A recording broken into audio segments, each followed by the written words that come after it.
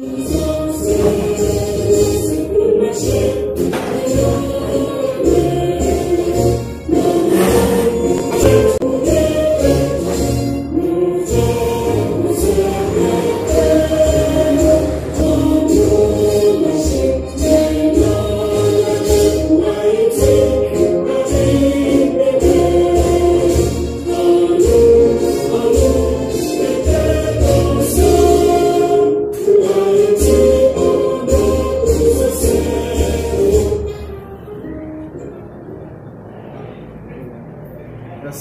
Comme vous le savez, nous chacun ici de cette salle,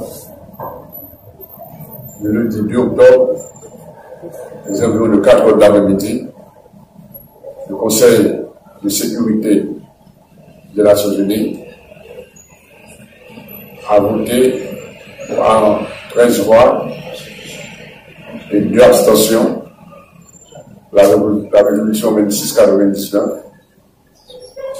autorisant la constitution d'une force multinationale de sécurité boisée.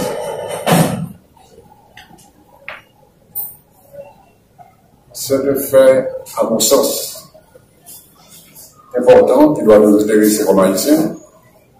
Premièrement, cette force va agir dans notre pays, Haïti. Donc, comme Haïti, ça nous intéresse. Et ensuite, dans le contexte international actuel, marqué par plusieurs faits, par plusieurs contradictions, nous avons la principale contradiction, c'est celle qui existe. On demande de ce Conseil de sécurité un décideur des États-Unis, la Russie, la Chine. Et pourtant, on a vu que le 2 octobre, il n'y a pas eu unanimité, mais la Russie et la Chine ont modifié un peu leur comportement. Ils n'ont pas voté pour, mais ils n'ont pas opposé le veto. Ils ont laissé passer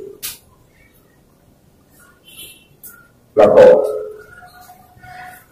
C'est très important à signaler parce que pendant environ 2 ans, ils avaient dit non à la constitution de cette force multinationale.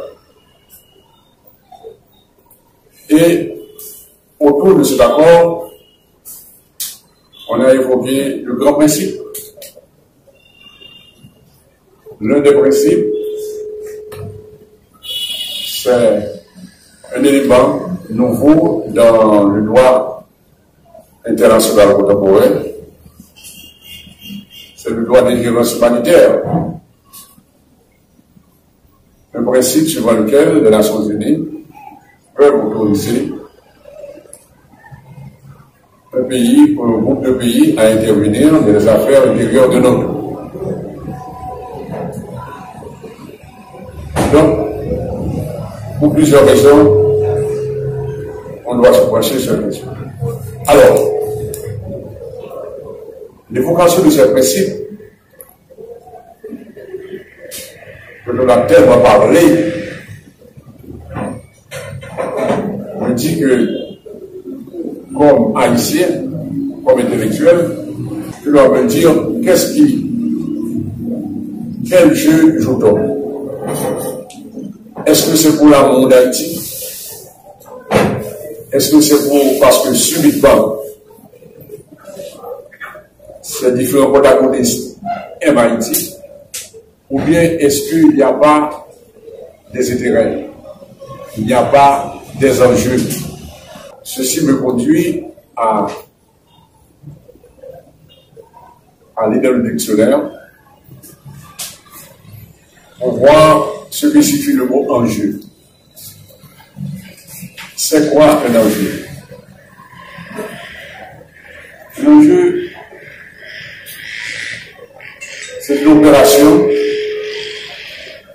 dans laquelle on peut gagner, mais on peut perdre également. les pays ont des intérêts,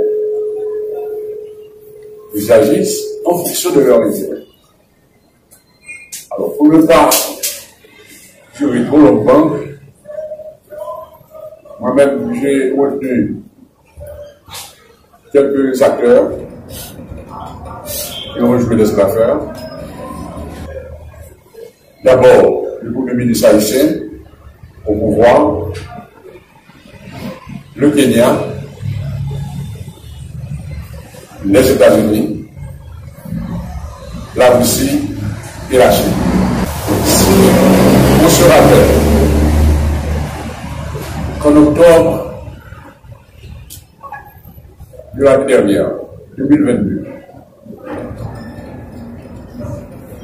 le gouvernement de M. Ariel Henry, sinon M. Ariel Henry lui-même, était fortement critiqué par une partie grandissante de l'opposition, de l'opinion publique. Il accusait d'être de mèche, d'être de connivence avec les bandits, contre lesquels il n'a rien fait, comme membre, comme chef du CSPN. Et brusquement, au moment où on s'y attendait le moins, en octobre 2022, il a demandé aux Nations Unies d'envoyer une force robuste pour aider le gouvernement à combattre le banditisme. C'est un homme politique. Il n'agit pas de manière ici révélée. Placé dans le contexte de l'époque, quel signal voulait-il donner? Quelle image voulait-il donner? D'après moi, l'image, il voulait dire au peuple haïtien, voyez, vous me critiquez, mais je n'ai pas les moyens de faire face au bandit. Mais comme je veux combattre le banditisme, je fais appel à une force multinationale. L'image qu'il veut vendre, c'est que, l'image politique qu'il veut vendre, c'est que, moi, Ariel Henry, je ne suis pas de plainte, je ne suis pas de connivence avec les bandits. Et il n'a pas cessé à chaque occasion, par exemple ses voyages, quand il part, quand chaque fois il donne le point de presse, suivant à l'étranger, il renouvelle cette demande. M. Gutiérrez vient ici, le secrétaire des Nations Unies, il met l'accent sur cette demande.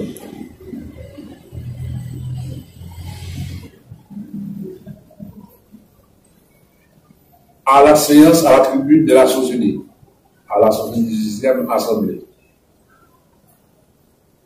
il a renouvelé cette demande également. Donc ça devient une sorte de ligne, c'est l'image qu'il voit, c'est une ligne qu'il suit. Il veut dire qu'il est sincère. Si on n'arrive pas à combattre le banditisme, ce n'est pas de sa faute, c'est parce que la communauté internationale ne l'aide pas. Et quand le Conseil de sécurité a voté le 2 octobre, M. Ariel Henry a été le premier à sortir un tweet pour dire en créole, non pas de katane. Donc il était vrai pour faire ça. Même des rentrées, on ne peut pas combattre le bandit. Donc, l'enjeu pour M. Ariel, c'est donc de donner une image positive de son gouvernement et de lui-même en particulier sur la question du banditisme.